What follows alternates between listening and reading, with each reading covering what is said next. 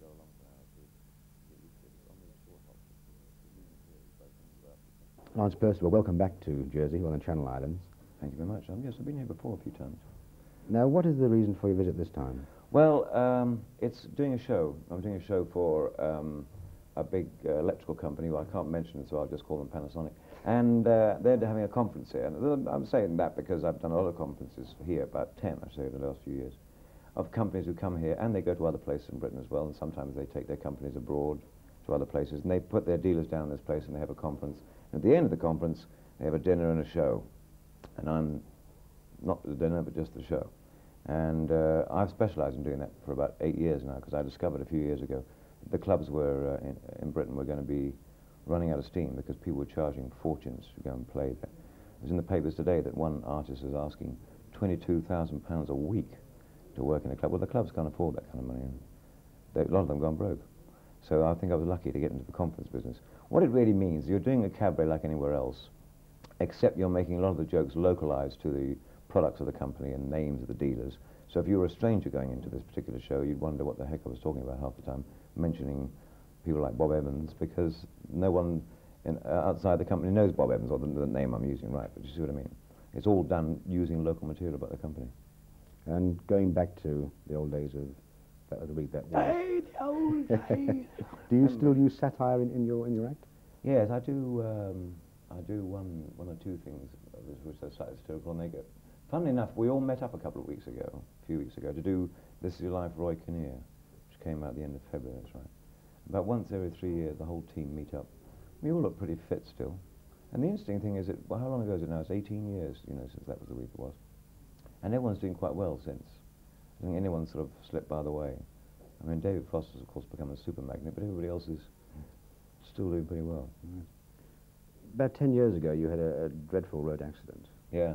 That must have been very traumatic. And I read articles that said you'd gone through a tremendous loss of confidence. Was that so? Yes, I mean, actually it's interesting to say 10 years, because it was 10 years ago. Most people I meet think it was like 2 or 3 years ago, which just shows you're aging quicker than you think you are, folks. What happened to me was the fact that after the car crash and somebody was killed, which made it even worse, I just couldn't open the front door, and it was that sort of lack of confidence. And I also thought I was never going to act again or perform anything again. So I started writing, which actually in the end now has turned out to be a godsend, because I do a lot of writing now for television. Is that comedy writing? Not always. I mean, I've got the Who Done It program, which you've probably seen, was been on for years on ITV. I wrote that with Jeremy Lloyd, who writes Are You Being Served too. And we've been doing that in America on NBC Network for the last year.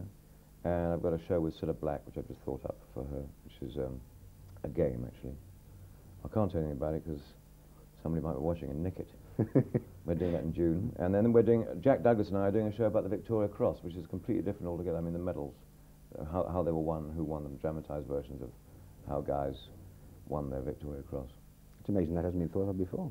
It has in various versions. As a matter of fact, when we went to the Imperial War Museum and did some research on it, we found a lovely lady there who's sort of specialised in the Victoria Cross, who could tell us everybody who'd approached her about Victoria Crosses before. So we knew what had been done before. There had been bits of it done before, but not quite the way we want to do it. We wanted to do it sort of semi-documentary with somebody like Kenneth Moore up front hosting it, telling you the story, and then showing clips of film, memorabilia, etc., stills, and maybe dramatise with actors the actual thing that he did, or she did. No, there aren't any Lady VCs at the moment, sorry. How do you come up with ideas like that? Do yourself and Jeremy Lloyd get together and say, right, now we need an idea, and do you start throwing things around?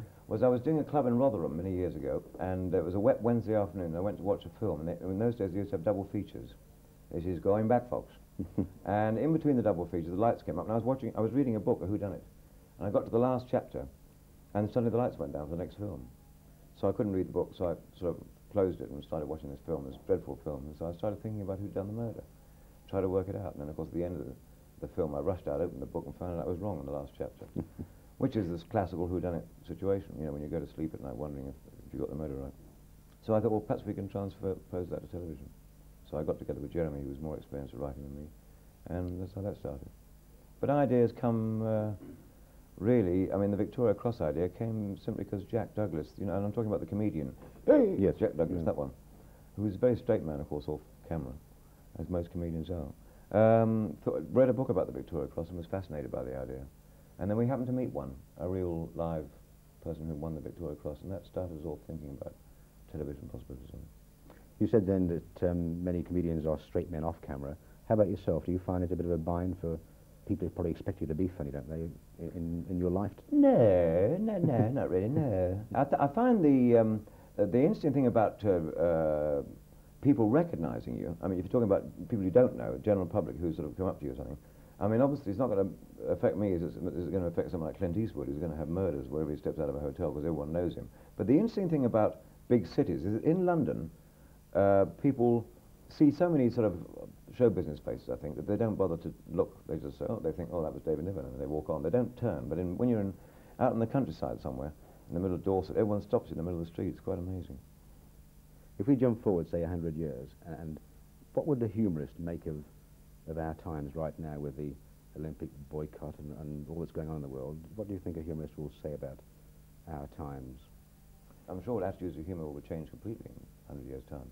And I can't think of, if you look at sort of some of the old-fashioned music hall things of Victorian days, the comedy doesn't seem very funny now.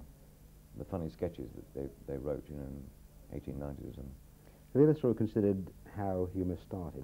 I mean, what the first joke was, or did our ancestors come back from hunting dinosaurs and tell jokes, I wonder, or? I'll tell you who you've got to ask that is Ken Dodd. When Ken Dodd's next over here, he is the expert at the history of humour. He knows every person who's ever been in the business and how it all started. And Ted Ray always used to say there were 3 jokes.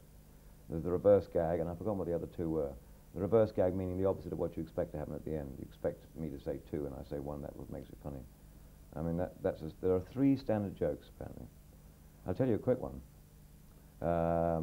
This is a joke about hypocrisy in the world. There's a teacher, I'll tell it straight to the people here. There's a teacher putting the kids on the bus for the annual picnic. And the teacher says, all right, kids, before you get on this bus, I want one thing clear this year. We're not going to have any fights. Every year we have fights, and I'm fed up with it. Now, I know why you fight.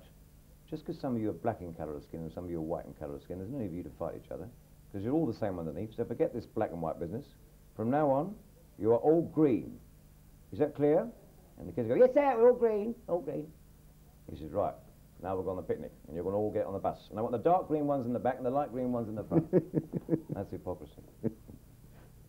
And again, looking to the future, what do you think the trends will be? We've had racial jokes, which have been going for a long time now, with different races involved.